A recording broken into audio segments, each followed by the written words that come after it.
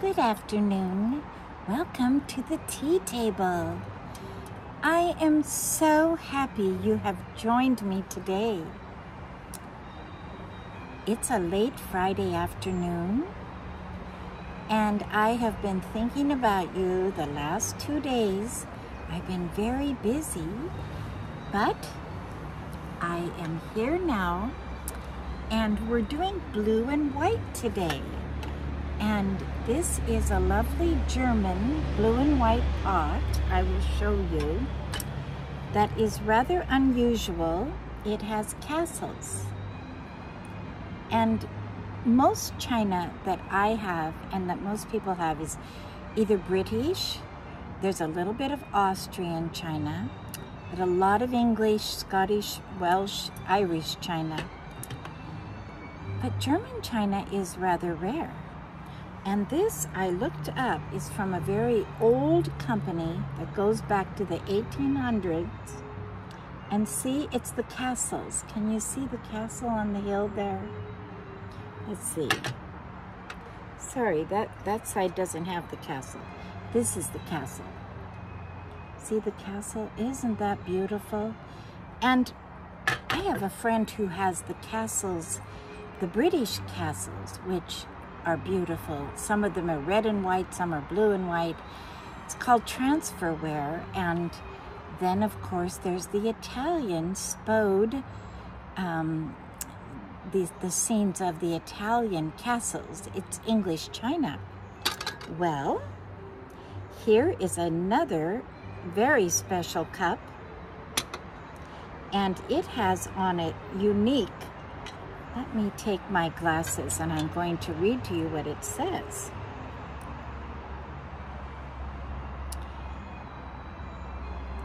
Excelsior.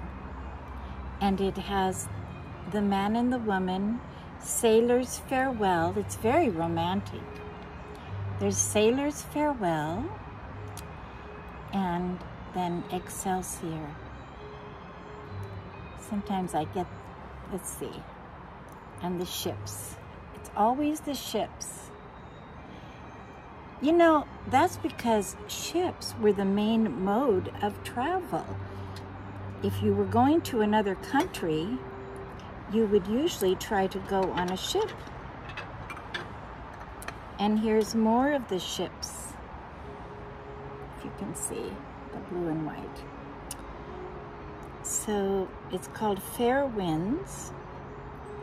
Yes, this is English, but this pot is German, and it actually ended up, the company ended up in Dresden, I read, but originally it was from another part of Germany.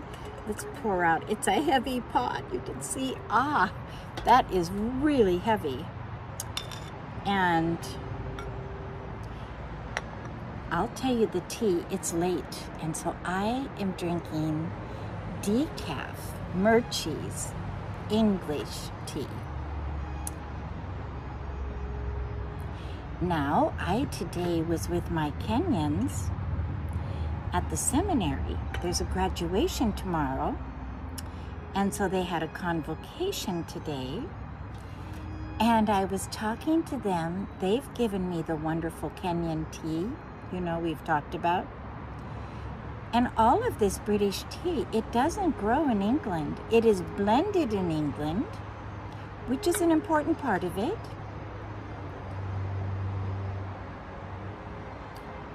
But often it is blended in Africa, or South America, or India, Middle East. You have to have the right climate for tea. Yes. Oh my goodness, this tea is, if you haven't noticed. The last 2 days have been so wonderful, and yet they've been so stressful for only one reason. Traffic. If you don't live in the Pacific Northwest and have to deal with the I-5 corridor between, anywhere between Olympia and Everett or up north, it's a bottleneck, and especially on Thursday and Friday going south or going north, people leaving town, going on vacation, yes. So, yesterday, had the most wonderful luncheon, and with dear friends, dear friend from Hawaii and other friends. And it was so nice. We sat out by the water in Tacoma, and that is such a gorgeous view there on Ruston Way. Had lunch, but I had to get back in my car and clunk, clunk. If you know this area, when you leave Lakewood, there is no alternative route until you get basically to Lacey. Because what you're doing is I-5 corridor goes through one of the biggest military bases in America, Fort Lewis and McChord Air Force Base. So they can't have an alternative route because it's military grounds all the way to the bay and all the way practically to Mount Rainier.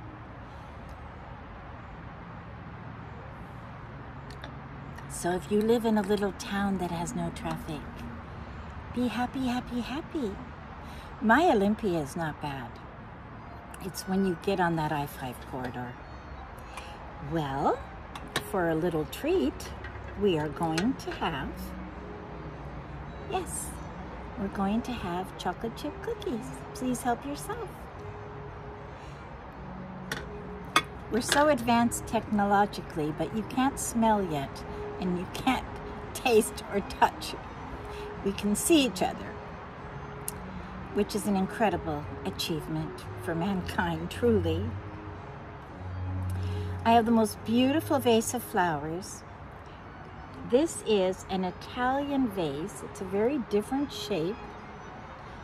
And I've got a variety of my roses and a little touch of, this is actually from a flower box that it fell off like a clump. It's a begonia, a hanging begonia, the little pink part. So I put that in. And isn't that just beautiful? I wonder if I should just put it behind me here so you can see it while we have our talk. Let's see, does that work? It's so beautiful, isn't it? Well, so I've had a busy week, and then today I had to go up to my convocation in Lakewood because of the graduation. But it was the most marvelous convocation. Oh my. There were 4 bishops and there's more bishops in the school, but 4 bishops visiting from Africa, from Kenya. They're so profound, the things they said. So much love, so much kindness, and you know, they always serve their Kenyan tea. It's just a perfect gathering. And then Dr. Francis, the head of the seminary, he asked me to speak. I'm one of the professors. And I didn't know he was going to ask me, but I had something to share, because guess what? If I drink too much tea, I have a tendency to wake up, bing, 3 in the morning, right? You go to bed and then bing. Well, I don't like laying there and I don't want to get up. So I have been getting in the habit of writing a poem or a song. Well, last night it happened again.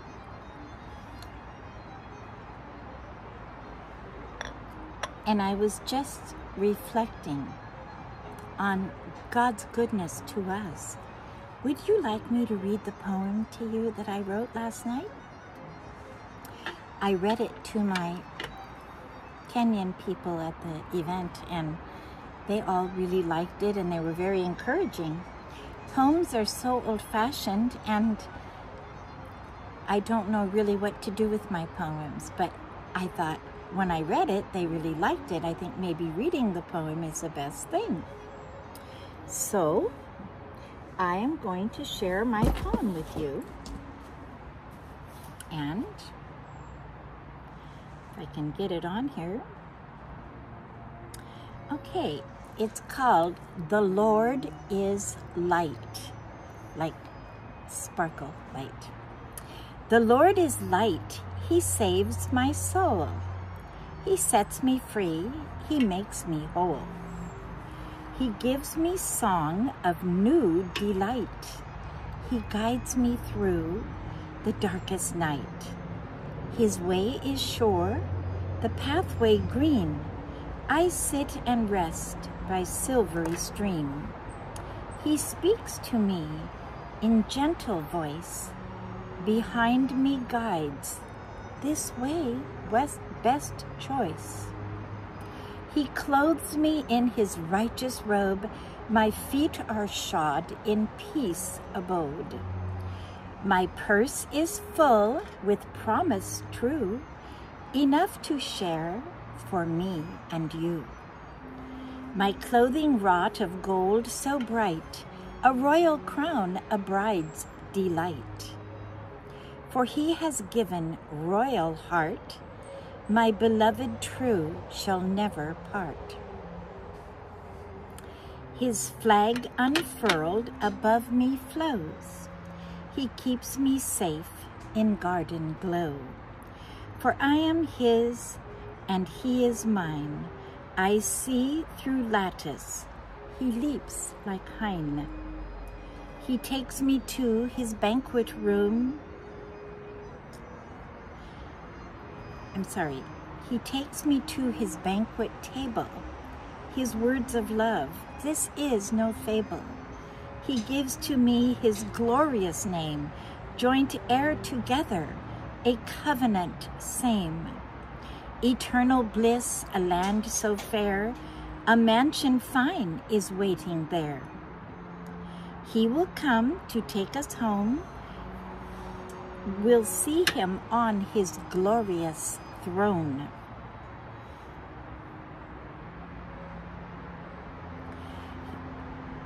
Where we will bow on bended knee and worship King, our Savior, he. We shall be his holy bride, walk together side by side. Keep your eye in upward glance, white horse coming, leap and prance. Keep oil in lamp, let flame shine bright. Wise virgins train, streams royal light. I love you, Lord, my heart's on fire. You are alone, my heart's desire. Please keep me in your holy way. Surround my heart with love each day. And that is my poem. And the name of the poem was, let's see, The Lord is Light. When you write a lot of poems, it's hard to sometimes remember the title, unless it's a distinctive one. Well, I hope you enjoyed that. And it's really about, it's a biblically based poem. And, you know, he calls us the bride, and Christ is the bridegroom. And I wove a little bit of Song of Solomon, which is a symbolic book of, well, many people believe it was Solomon and his true love. And then it's a type of Israel and God, because God called Israel his bride in the Old Testament. And then in the New Testament, Christ is the bridegroom, and we, the church, are his bride. Isn't that beautiful? I love the symbols in Scripture. And when I mentioned the gold, that's from Psalm 45, the bridal psalm. And it talks about that she is in wrought gold to meet her king. It's symbolic also. We have a glorious hope. We have no reason to be sad. If we let Jesus in, we will be glad. Yes. It's as relaxed as that to me. I told my Kenyans once, I was teaching a class on the book of Psalms, and it was on the history of worship. And it came to me so clearly I said, you know, God has put in our hearts a little magnet, and God is the other end of the magnet. And when our heart is touched by Him, pop, it's perfect. We feel peace, we feel love, we feel goodness, we feel grace. It's all a gift.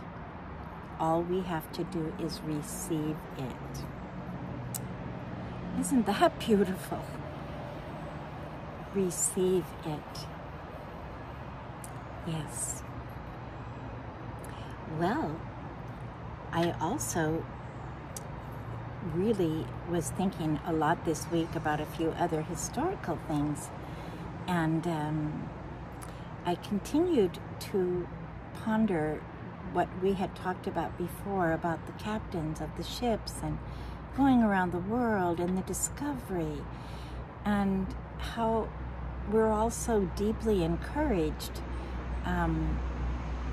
John Paul Jones was a great Scottish seaman. He wasn't even an American citizen. But Thomas Jefferson heard about him and said, I need him to help me, because they had Barbary pirates out in the Mediterranean and out in the sea there by Turkey and all of that area that was so difficult, and they were trying to get the tea and the coffee and the silk and all the things from the east, and the pirates were jumping on the ships. And Thomas Jefferson said, we can't have that. So he literally created what we know as the Navy and the Marines. That was the very beginning of our Navy. He sent ships and took John Paul Jones and made him the captain. And John Paul Jones, remember his famous line he said? When they said, are you going to give up? They're beating you up. Too bad. He goes, I haven't yet begun to fight. Oh my. I thought that was so fabulous. We don't give up, do we? No. And one of the black bishops today, he was talking, he broke it down to, in the world, He has put us here, God has put us here to be His head, His heart, and His hand. And His hand is when we reach out to others. And I was thinking of the tea table. You know, it reaches out and invites you to invite others. And we want to inspire one another to do good. And then one of the other bishops was talking about the fact that Winston Churchill had said, and I may not have this quote perfect, but it was to this effect: we make our living, and that is, through making our living, we enter life. But what we give completes the life. In other words, making a living and our job is part of it, but what we can give to mankind in service to others is what makes life happen. And that is what we want to really encourage on the tea table. There are so many ways that we can reach out and be kind.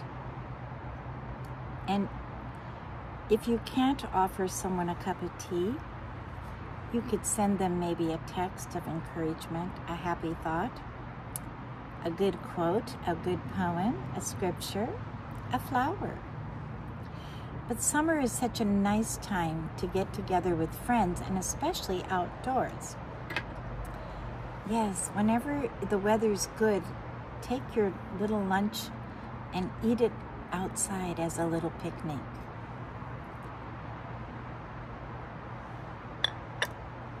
Well, I'm going back tomorrow. This is the third day on the I-5. Saturday mornings are generally not so bad because generally the trucks have quieted down and people have gotten to their destinations. So I'm just gonna go up early and hope for the best coming back. But being with my Kenyans today was so special. They are so heartfelt. They know how to love, and they're not afraid to show their love one to another. Yes, I feel very privileged to be a part of their world. And it's quite amazing how it even happened. And maybe I will tell you that story someday, but it's really nothing that I did made it happen. It was a miracle, actually. And I guess I could tell you, it's very simple. I graduated with my degree. My husband teaches at a different seminary in Lakewood. And over a period of years, I was able to complete my doctorate in church history. Now, I would have studied this anyway, just because I love it. I've studied it for the last 50 years. I've been studying church history because I love it. It's a passion I have, so it was fun. Well, I felt really honored and privileged that I was able to complete this degree. So I sat down right after I received my diploma, and I just said a little prayer. I said, God, I don't know what you want to do with my degree, but here it is, it's yours. And do you know, within 1 minute, this group of Africans walked toward me, and Dr. Francis, the head of this seminary, was with them. And they wanted to meet me. And he said, Dr. Susan, now that was the first person that called me Susan, and they say Suzanne with a Z. They call me Suzanne. They spell my name with a Z. It's fun. Well, he said, you have done the same degree that I did, and I never met anyone that did that degree. And I guess it's because what it was, a lot of people will do a church history, but they'll do like maybe Middle Ages or Reformation or early church. But I did the whole thing. I did it from Christ to today, 2,000 years. That's my thesis, my tree. And I created a tree with 10 parts, dividing it to create a timeline. My goal in this was to teach children, to make it easy and understandable, not over anybody's head. That's my ultimate goal in my teaching. Well, he said, would you like to come and visit our seminary? They were there because one of their students graduated from our seminary with an undergrad degree, and actually that student became one of my graduate students. Isn't that a small world? So I went and I spoke and gave a little lecture, and they were very receptive. The people were so nice and everything. Well, then I thought nothing of it. I was just a guest lecturer. He called me and said, would you want to join our seminary and be a professor? And I said, oh, wow, I've never thought of that. I let me talk to my husband. So then I called my son, Sam, who is very strong in his views, and I respect his views. I said, Sam, what do you think? He goes, Mom, what do you mean? It's what you've wanted to do your whole life. Call him back. Do it. So I did, and the rest is history. And I've been there now almost 3 years, and I love these people. They are people that with a vision. They have now, out of this seminary in Lakewood that Dr. Francis founded, they have started 40 or 50 seminaries in Kenya that are going right now. And they're going to do more online. But these people don't let any grass grow under their feet. I have many students that have written books and have published already. And this is what the Kenyans say. If you don't write it down, it did not happen. They're really strict, and they want everyone to write a book. They want everyone to do their best, to find their gift, and do it. I've never in my life been in a more encouraging atmosphere to accomplish something and do what you really want in your heart. They don't hold anybody back. I love it. And I think we can learn a lot as Americans from that. Sometimes we're very perfectionistic. We're very hard on ourselves, and we feel if we haven't done down, we can't do anything. That's a fallacy. Give what you can, and the Lord will give you more. Plant the seed, and a tree will grow. Yes. So that's my message today for the tea table is, and the same message I'm giving you is to myself. You know, there's always the next level. The next level. And that's where we want to move. We don't want to just sit back and think this is all there is. There's the next level. Yes. And Dr. Francis was talking about such beautiful words on keep going, seminarians, do the next thing and write down your vision. And he talked about a man that is his friend in Africa who is 93 years old. This man retired at the age of 67, and he was an aeronautics, he was from Texas, because he was with NASA, and he was an engineer. But he said, I'm not going to stop learning. And so he's gone to college, community colleges and everything. He's added 7 degrees to that. And he said he is sharp as a tack. He's happy. He stands up straight. He walks. He drives his car. And he's 93. And he said that his word is, as you keep learning and keep studying, you will stay young. Isn't that beautiful? So, good word for all of you. Thank you for your comments. Thank you for you who have subscribed. And if anyone, you are all welcome. Please subscribe to my channel so you'll get notifications. Thank you for the likes. I appreciate them. And I really appreciate your comments. And share with others, please.